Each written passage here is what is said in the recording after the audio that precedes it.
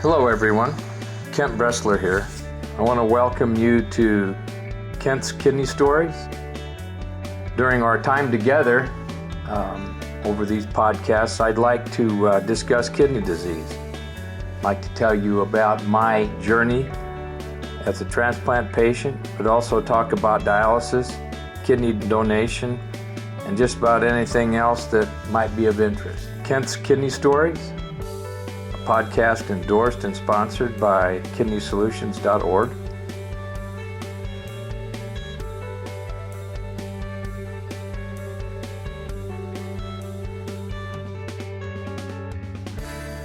Well, good morning, good afternoon, or good evening, wherever you are.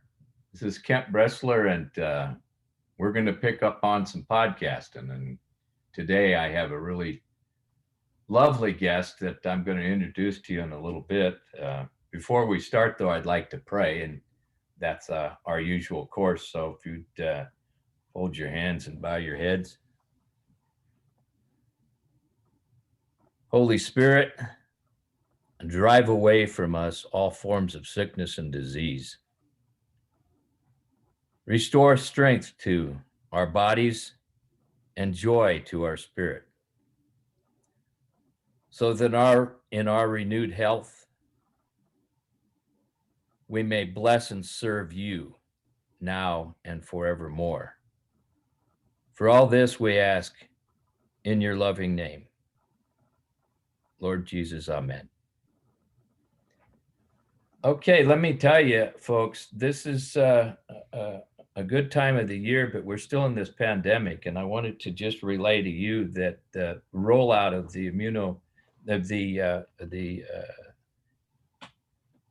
this particular vaccine that's available to you in your area, if it's not there, don't give up. Please don't give up. It's not going to be in the doctor's offices as much as it is in your localities. So you need to go online and just look mostly in your counties and your states.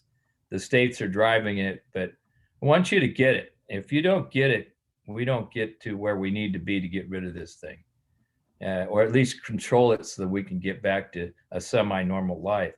So it's upon you to speak to your nephrologist or speak to the community, but fear not. This vaccine is okay for transplant patients, and if you take it, it's a hope that it'll keep you from getting COVID.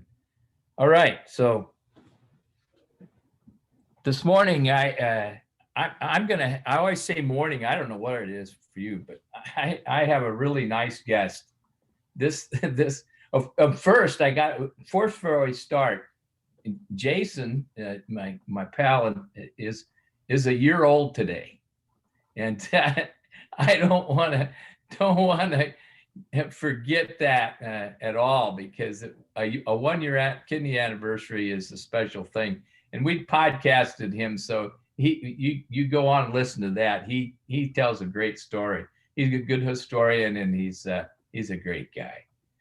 Okay, this morning I have a gal that's in my heart, one of the nicest gals I think I've ever met. I got to be on her show the other day from in the Urban League, and she'll tell you about it. Her name is Lisa Baxter, and she is to me somebody that is, as a kidney warrior, very interesting, number one, well-spoken, well-educated, and she's an author. Now, before I get her all festered here where she has a hard time talking, I want to introduce her and bring her in. Lisa, come on in. Hey, Kent, how are you? I'm doing well. Are you ready for this? Oh, I'm so ready. I'm alive and kicking. Yes. You know, this is Kidney Stories, and you have a great background, and I think it would behoove us to ask you to at least give us a synopsis of your kidney journey, because that's what I think drives this whole program, and I definitely want to hear all of your stories. So tell us from A to Z what's gone on with you and with kidney disease. Wow. Where can I start? Well, I have polycystic kidney disease. And I found out that I had polycystic kidney disease just before I was getting married. My husband and I had to take our blood tests and to find out, how you do before you get married. So when I took the test, I got a letter in the mail talking about what was going on with me. And I knew my dad had polycystic kidney disease, and my siblings, some of them contracted it as well. And I had 6 siblings on dialysis, 2 aunts, an uncle, and my mother-in-law, so and a great aunt. So once I found out about this, I told my husband, that was my fiance. I said, "Listen, you can run for the hills because I don't know exactly what this means. You know what I mean? I don't know what Yeah. it's about. I don't know anything that much about it. We didn't talk that much about it in the family. And maybe that's why I go so hard now with educating family and other people about this and other kidney diseases." So he said, "No, hon, I believe God. You know what I mean? I believe God about this. And we getting married, we moving forward, we doing this thing, and I love you and everything." And I'm like, I just wanted to hear him say that. I mean, I knew I believed God, but I needed to hear my fiance say he believed God as well and wanted to do this thing. So we did do it, and we were married 20 years, and 23 years before he passed away with colon Ah, cancer. I'm so sorry. Me too. I miss Mm, him mm, so mm, much. My mm, best mm. friend, Oh my best my, friend. oh my, oh my. And he was a perfect match to give me a kidney, but I never took or got his kidney. And he had secretly had got tested. I didn't know that he had got tested. He talked me into getting on the list, him and Archbishop Rochford. My husband was Mitchell Baxter and Archbishop Robert Rochford. They talked me into getting on the list because I figured, well, they kept telling me my kidneys can work. They can start working at any time. So I kept every year I would see if they're working. They're working now, they're working this. I mean, years and years when I was on dialysis, 12 years, You were but on dialysis for 12 years? 12 good, 12 long, years. 12, I don't know, good, but 12 long, 12 years. fair years. Yeah. Yeah. You can't explain it any other way. 12 years. Wow. And you deal with a lot and learn a lot with that journey. But once I didn't get on dialysis till maybe 10 years into my marriage, but I was told about it before while I was engaged. So I already had siblings on it, and my older sister Yolanda would always give us papers and stuff like that, and we didn't want to see it because we wasn't on dialysis yet. We didn't want to hear it. This is another thing that I know kidney people do. So because some of the things that me and my other siblings do, put the paper down, never read it, the information, don't go any further with it, because if it frightened you or scared you, or you figure if it doesn't pertain to me, why should I read it or look at it? Or I got time, I got time to look at it or Right. something like that. But you learn later that all of those things are important to play key parts and stuff like that, but you don't always know that, right away, or while you're dealing with it, or when it hits you in the face. I was thinking in my mind here now, listening to 12 years on dialysis, at what point in time and having PKD, which is a wonderful disease process to work preemptively. In other words, to go after a kidney before dialysis. Had that crossed your mind, or had anybody discussed that with you? No. When I found out about that had hit me hard enough because I was trying to have a baby for a long time, and they didn't know why we didn't have any children. And I had many miscarriages and didn't know that I had many miscarriages because, being brought up in a church and everything, you couldn't sleep around and you didn't sleep around. So my husband was the only one I've been with. Exactly. So I didn't even know I was pregnant or anything like that. I could say, wow, my skin looked better. Oh my goodness. My complexion looked wonderful, and it looked better than it ever looked in my whole life. I didn't know that was it. Some people say, oh no, it's having sex made your skin look better, they said. So Yeah. I didn't know it could be a baby too, because they said also a baby can make, blotches and other things. So I had no idea, but Well, see, this is part of the problem out there in the world, in the kidney world, is when did they need to tell you that the transplant's a potential?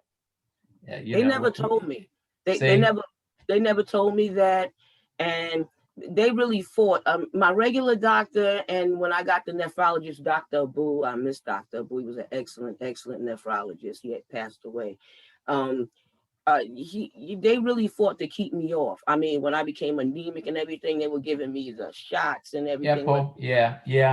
Not even the Epo. They gave me they only gave me the B12 shots at the time. Oh, the B12. They said I wasn't okay. ready. They said I wasn't ready for the Epigen or nothing. No. Yeah. So, okay. So that's why they gave me that. I changed my diet. It's funny because the diet before you get on dialysis is a whole different diet because you're trying to keep the kidneys intact. And then when you get on, you get the renal diet. And then with the transplant, I've been transplanted 4 years. This is going into my 5th year. That's a whole nother thing, that a set of rules. Oh, but yeah. If you disciplined with dialysis and stuff, you'll be disciplined with the rest of it. Well, I just looked at, my situation was totally different. I went straight to transplant. I had 2 days of dialysis and went to transplant. So what everybody just kind of poo-poos me and says, you get out of here, you don't even know about dialysis. I took 2 sessions. I wasn't impressed. And you went 12 years. My goodness, woman, 12 years. It's amazing. I mean, it's just amazing. And I'm here sitting, unfortunately, people can't get a look at you. And I'm going to tell you what, you look great. And that transplant's good on you. And that's, yeah, seriously. And that's what I want people to understand out there. You're, anybody who can withstand 12 years of dialysis and have a successful transplant needs to be on the air. They need to be spread. Oh my God. Well, to God be the total glory, great things he has done. I wouldn't have been able to make it through all of that without him. I was very healthy while I was on dialysis. The only problem I had was low blood pressure where I would pass out. Sure. And if I passed out on a machine, they had a time reviving me. So they would get my husband. My husband, he was truly my Prince Charming. If he would talk to me or say anything to me, Lisa, I love you, Lisa, don't leave me here by myself, I woke up every time. So they didn't even get smelling salts anymore. They would go get Mitch, you know what I mean? And that would wake me up every time, Mitch the fix. He'd like that, you know what I'm saying? But, so I only had that in low calcium, but I had low calcium as a child that affect my teeth, my bones, my gums. I'm having plenty of issues now. Even sure. That's the residuals of that dialysis. It's amazing to me. So tell me how your kidney function's doing. Your new kidney. How 4 years? How is it doing? Hannah? I call it Hannah. Hannah. Yeah. Hannah is doing fantabulous. Shando. Hannah is doing fantabulous. I haven't had any trouble or bouts with it. And I told the doctor that. He said, we're going to put it in now, Lisa. And I said, you're going to put it in? I said, when it goes in, it's going to work right away. It's not going to give me any problems or trouble. You got to speak stuff into existence. I have now faith, not no beat up faith, but real faith. And God has really kept it the whole time. They did biopsy it once, but I told them, do you want it to fail? Why you keep plucking me and bothering me when I keep coming in and have good results? Yeah. They did anyway. That's a question. Yeah.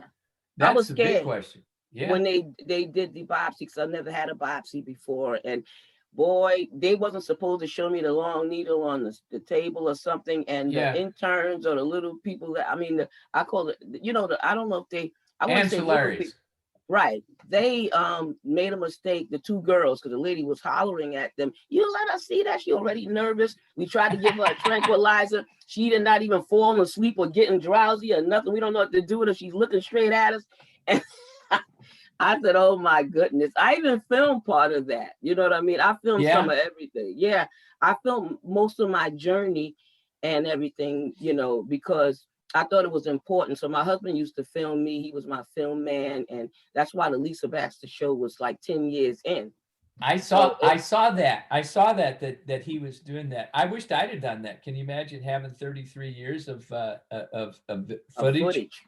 Oh, yes, I know that's right. Well, so back to you. Yeah. This this idea of having PKD, Hmm. when you have a diagnosed PKD, that just pretty well eliminates all of your potential family donors Oh, because definitely. right? Yeah, they wanted to give me a kidney. My family would have broke down. My sisters, I would have did the same for them, but we didn't know we all had it. Right. Most of us anyway, not everybody, Yeah. but most. Well, I can assure you that when you walked in there and had PKD and they made sure that your family, was tested. That was a benefit of this whole process. Hopefully that they found out then too that they had, some of them may have found out if they went in to test.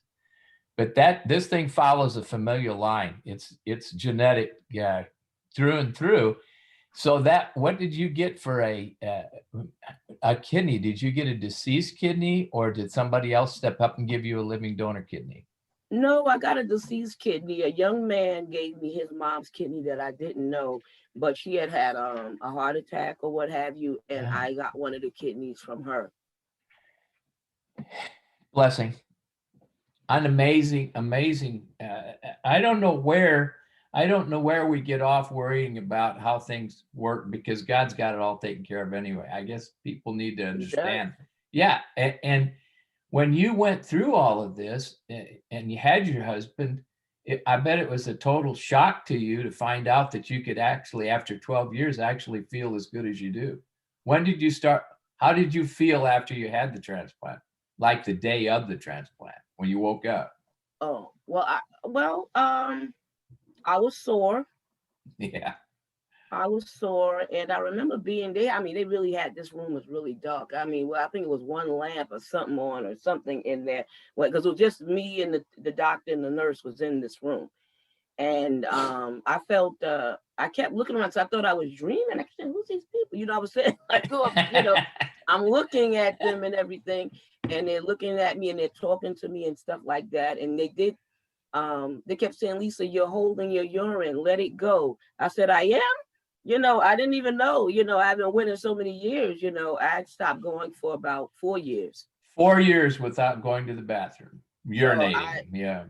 So I was like, I'm not, so, they put all the different things in every hole that you got. Yeah, that's right. You know what I mean? And then they said, okay, you're going now. And I said, I am, I still didn't know I was going or not going. The catheter. Yes, so I remember telling the anesthesiologist, whatever you do not let me wake up with any tubes or anything in my mouth. I never experienced anything down my throat. Right. And he said, Lisa, okay, don't worry. But when I had other tubes and stuff, all kind of things connected to me when I got up or woke up. But I was in the hospital, I think 2 weeks before I went, because I caught a cold from one of the children. I'm a family social worker, and I couldn't shake the cold, and they had to call the ambulance and take me to the hospital when I was at dialysis, because I was trying to do it myself, and I promised them I would go. I guess they didn't want to wait for me to go. They just, while I'm sitting there. Hauled you off. Yeah, they and I got one of the calls for a kidney while I was in the ambulance. Really? On your phone? Yes, I said hello. They said, we got a kidney for you, They said, we put you on there. I was put on the top of the list because I was on dialysis for so long. Sure. And I forfeited the first call because of somebody else needed it that was younger or in bad shape. I wasn't in bad shape. I was just, I could wait. You know what I mean? It wasn't no hurry to get it. But I told them, no, I'm going away to the hospital. They said, well, you're on the way to the hospital for? I said, well, I had this cold and I can't get rid of it. And that's why they said, well, no, if you sick or any kind of thing, we can't give you the kidney because you can't be having anything wrong. So I said, well, thank you anyway. But I have 4 calls altogether. Really? 4 calls to get a kidney. And then on the 5th one, that's the one you got? The 4th one. The 4th one? Okay, the 4th cool. Call, because the other one was intravenous drug user that I was scared to take. Okay, I get it. And that 4 years ago, it's easier now to take those kind of kidneys. We don't need to get into that right now. It's a whole different story. But so as you progress, what was the best thing that happened to you when you got the kidney? What did you enjoy the most? Well, I think not going to dialysis, because even though I was the advocate and I enjoyed talking to people, a social butterfly kind of thing, I was glad. I kept forgetting that I didn't have to go. I would get ready and everything. And I said, oh my God, I don't have dialysis no more. You know, you get so conditioned. Yeah. After 12 years, I would think. Everything, Yeah. the diet and everything. They kept saying, Yeah. Lisa, you can have this now. Why are you not drinking enough water? Why? I said, I don't know. I was so conditioned. It took me a long time to learn to stop it. Now I got to start back having, That's you know. that's significant. That is really significant because you do get primed into everything. Everything is just molded into you and it Yeah. becomes second nature to you. And then it just completely changes. Everything that you're not supposed to do, you can do. Yeah. They said, eat more, drink more. You're not eating enough. You're not gaining any weight. You lost weight. You know what I mean? And Yeah. I never was a person that had medication before. I had, maybe one pill or something like that once in a while. So, I wasn't a pill person. I never liked pills, but I had to take I think it was 19 in the morning and 16 at Oh, night. yeah. Yeah. And I'm 4 in the morning and 2 at night now. But I'm like, and some of them are just other things like a vitamin and stuff. I'm adding all of that in, but really Oh, it's not yeah. that many. So 3 maybe. what immunosuppressive drugs are you on? I take Prograf, Right? I take Cellsep, and Yes. I take prednisone. Okay. The Prograf and the Cellsep started at, 10 and 10 or whatever you want. What dose are you on for each one of those? The prednisone? 5 in the morning 5. and 5 at night. 5 milligrams in the morning, 5 milligrams at night for Prograf. Prograf, yeah, 5 and 5. Okay. And how about Cellsep? 500. Okay. Good. And then the prednisone? 5 milligrams. Yep. That's been pretty standard, right? Yeah. Probably. Yeah. Okay. See, when you ask a patient who has had a kidney transplant and they can't answer like you did, you need to do some work with them real quick. And then that's what I always ask them. Do you know your medicines? And if you don't, you better write them down and you better be able to recite them to me because you're not leaving until you do. So I'm really proud of you, number one, but number two, when you bring this up, the most important part of this transplant longevity is making sure you continuously take your medication on time and correctly. And that's what you have to do. Because I always take it, I always take it, usually they tell you to take it 12 hours apart. Yeah. But when it was my birthday last night, I was on the phone so long with my nephew and I didn't notice that it was going into 12 o'clock. And I said, oh my, I jumped up and I threw him in my mouth. I started drinking the water. It didn't hit 12 yet, but it was like 2 minutes or something too, because I had a late start to do like 10 and 10 or 11 and 11, 11 o'clock at night. So I said, what? I didn't even notice that. I thought the clock said something else. And man, I like leaped in the air because you do get conditioned. Oh yeah. Oh yeah. So, and yeah, go ahead. Let me put something in the back of your head, and I want everybody out there that's listening, stop listening because I'm going to tell Lisa something. It's a secret. Miss it or being late on a dose of medication is not going to kill you. It's not going to hurt you at all, because all these drugs, what they do is they get to a level, and then you maintain the level with them, and it takes a couple times of actually missing them before they're going to drop off. But it's important to tell people 12 and 12. 12 hours, 9 and 9, 7 and 7, whatever you want to take. And if you have to do it like you did, that's not a problem. Don't worry about it. Just make sure you take it. So that's good. You're well versed in that. I think it's great. You keep telling your people. It's funny because I remember when I first, when you first get on, they love you to death. They love you. You're the prize. You're the everything. And they help you with everything. Make sure everything is all right with you. You can call a hotline. You can call a cell phone. You can, after a certain amount of time, they look like they don't want to hear from you anymore that much because they figure you got it. Or, and sometimes you miss some of that love from the transplant team or people. But the funny thing is that one time I think I took the medicine and it didn't stay down. It came up and I got really scared. I didn't know what to do because I remember they said, don't take it again. But I always called the doctors to make sure. My nephrologist and my primary doctor is the same. Yep. So thank God for that. I've known him a long time when I was on dialysis. So we cool. You know what I mean? I even had him on the show.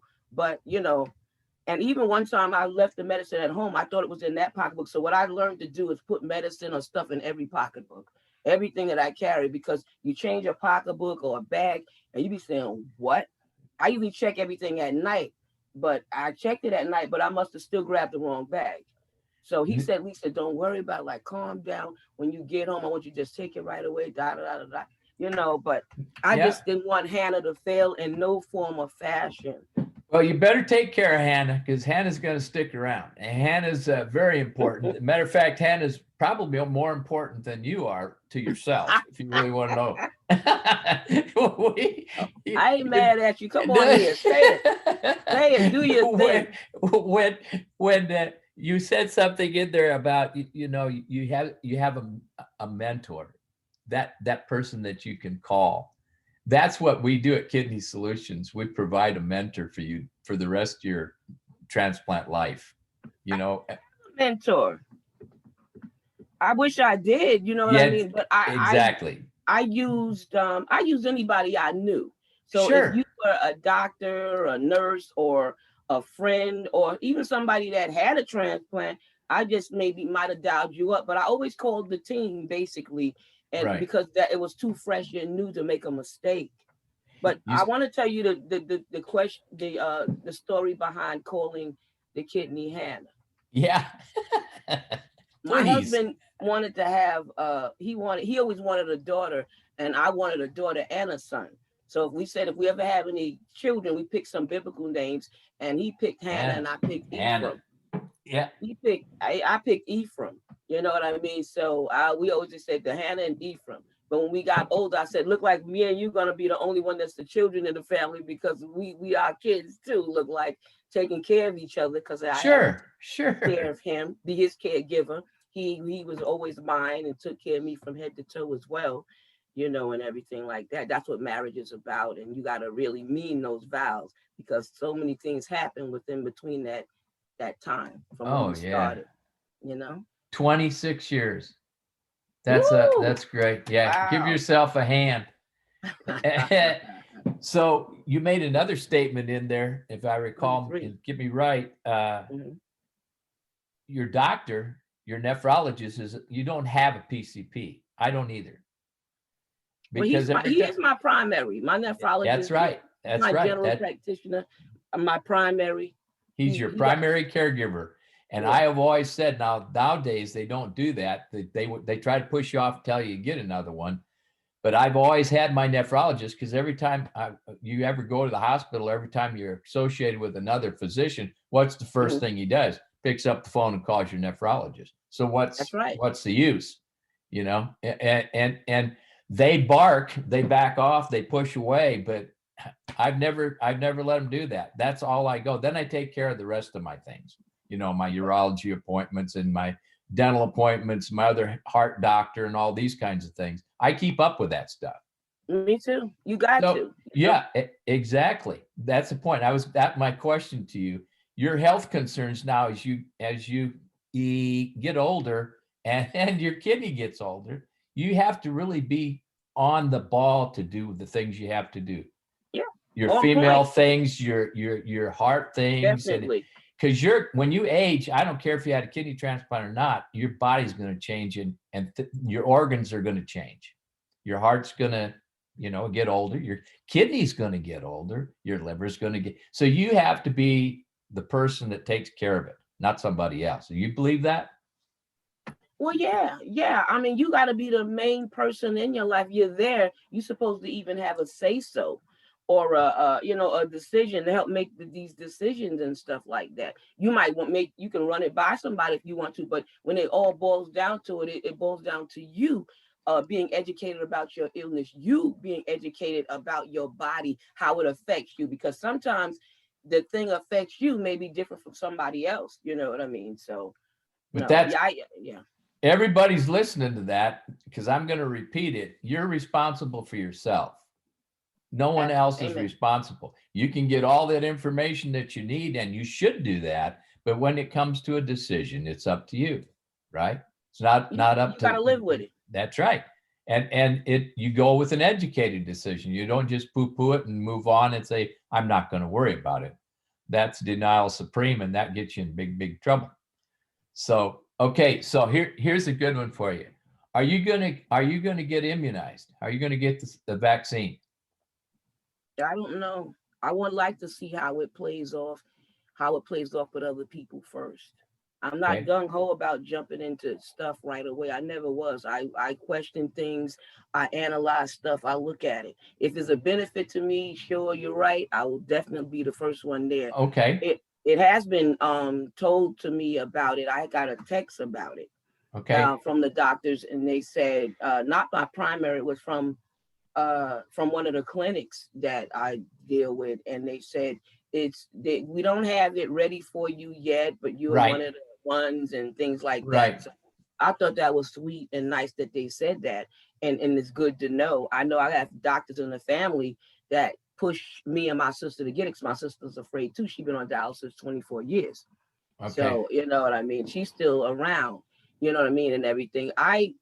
Even with the flu shot, I was scared of that because of something my sister said and somebody said. I mean, this is years ago when I was scared to get it. I didn't want to get it. And one time, one of the doctors I know and trust, I got to know and trust you, because I had bad things with doctors when my parents were sick. There wasn't a good thing, and I had a hard time trusting them after that, me and my siblings. And maybe that's why some of our stuff was undone or wasn't right. But anyway, I wanted to get this right or get this thing done, but he talked me into it. He sat down and told me why the flu shot was important on dialysis. When he said that made a world of difference, and I went right and got it. And after that, I got it ever since. Okay, so that's what I encourage you to do right now. I think you call your doctor up, your nephrologist, the one you trust, and discuss it with him if you have not already done that. All right, that's the key to the whole thing. Because I heard you say that in your announcements. Yes, I was listening. I know you. Yeah, you don't have any hearing aids in. That's what's good. Oh, stop that. So here's the deal, Matt. Like Jake says on State Farm, here's the deal. If you don't talk to your doctor about this, you're failing. You got to get the best information. Who's got the best information? We know that they didn't study anything about this on transplant pay. We understand that. But what is your alternative? Waiting? If you wait, if you take it, there's a chance that it'll minimize the chance of getting COVID. But if you wait and don't take it, how much are your chances better to get COVID? I don't know. What your doctor will tell you that. I'm going to get mine Thursday. I'm going to step up and get mine Thursday. Okay. I'm going to be watching you. I'm going to call. I'm going to tell you. I'm going to email you and text you, tell you what my symptoms are. If my arm falls off or if my, gets sore, whatever, I get that. Throw another eye, let me know. Yeah, right. Yeah. And I'm going to tell Kathy, I'm going to give her your number so she can call you if something really bad happens. I'm just kidding. I'm not going to worry about it. No. And there's a study going on now at Johns Hopkins, which is very important because it tests your blood before your first shot and your second shot. Cool. And then later on, so they can see if transplant patients are actually building antibodies or if it's worth taking. So I'll send you that information and you can share that with people. Sure, okay? Send it. All right. I'll just send just simple email and you can sign up. And the study's going on. And I took my first blood sample. I won't get into it, but I took my first sample and sent it in, and it was very easy. The little machine took 2 drops of blood, and I sent it in, and and then I'll do it in February when I have my second shot, and then they'll probably call me 6 months, 3 months later, and I'll do it a third time, and then we'll have a track record. If you can imagine, if all the transplant patients in the world, transplant patients would do that, what kind of data we would have. But we know that's not going to happen. Okay, so no, I wrapped on. I'm outside the limit here, and I want to ask you to tell me what's in your heart right now. What's really in your heart as a kidney patient? Tell me what's deep in your heart. Well, what's deep in my heart is that I want I worry about kidney patients because they don't take advantage of a lot of stuff. I'm a social worker that give out a lot of resources, jobs, apartments, uh, things, scholarships for them to go to school or college, or for them to for their children or grandchildren, because it goes, for generations with a lot of resources. And I'm so sorry that they don't take advantage of all of the kidney things that's out there. I mean, I go with the walks and all of that, and I feel bad that some of them are suffering alone, or suffering in silence, or don't have anybody or an outlet to deal with this kidney issue or any other illness issue, or issue period, because I help the whole community. So whether you're sick or not, I help you. But my thing is, sometimes they don't give it a chance, and they don't, and it breaks my heart, because you can be really enjoying life with this. The illness don't have to really kill you or make you unhappy or throw you into a bad depression, when you can just grab onto this help and this hope. Jesus changed a lot of things, and he gives out a lot of stuff, and he makes us smart enough to help somebody with those type of issues and problems. The things I dealt with, I wouldn't want anybody to deal with, so I put stuff out there that I think that might help. So it's in my heart that they would get the help, and that they would receive the help, or try. All you can do is try. So that's all I do is try, and I have to learn to live with trying, and if they take the help or not. But it's a little struggle for me. That's why I wanted to talk to you today, because of your heart. It's huge. All right. It really is huge. And if you can hear this, I want you to take it to the bank. Okay. If you continue doing what you're doing, and I know you will until you draw your last breath, there are going to be a lot of people that will take advantage of your information. And so you should never give up, and you should draw on all those people around you like you've been doing, and drag them in there and have them work for you. Have them do the things that you want to see done, especially in your community. All right. Yeah. Especially in your community. I don't want to bring anything other than that in there, that there's disparity here, and it needs to be addressed. And I think that you're a great person to do that. And I encourage everybody out there now, everybody who's listening, to pick up the Lisa Baxter Show on Sunday evenings, and make dadgum sure that you pay attention to what she's got to say, because she has resources. She's going to give it away, because she's given from the heart. She knows. She's a social worker. She's in the programs, in the community, and she can help. And that's what you need. You don't have to do this thing alone. This kidney disease is horrible enough. So there's no standalone business in kidney disease. It's always someone there to help you, to mentor you, to advocate for you. And Lisa Baxter is one of those. Thanks for coming on, Lisa. I appreciate it. It takes teamwork to make the dream work, That's right. Exactly. Definitely caring, and what's on YouTube as well. My own YouTube channel, the Lisa Baxter Show. So you can subscribe to that if they can. Well, if they can't find the Lisa Baxter Show, they're defunct, because they don't have a clue. All they got to do is type in. They can Google it. Just get on that show and listen. That's right. You bet. And come in and listen. All right.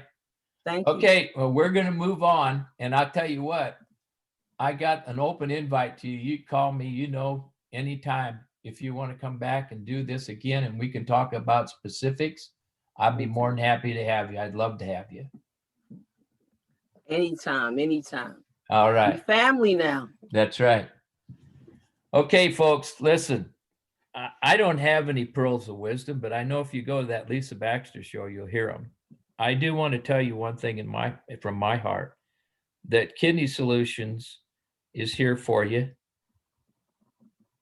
All you got to do is go to kidneysolutions.org, and I can tell you that there's somebody that can help.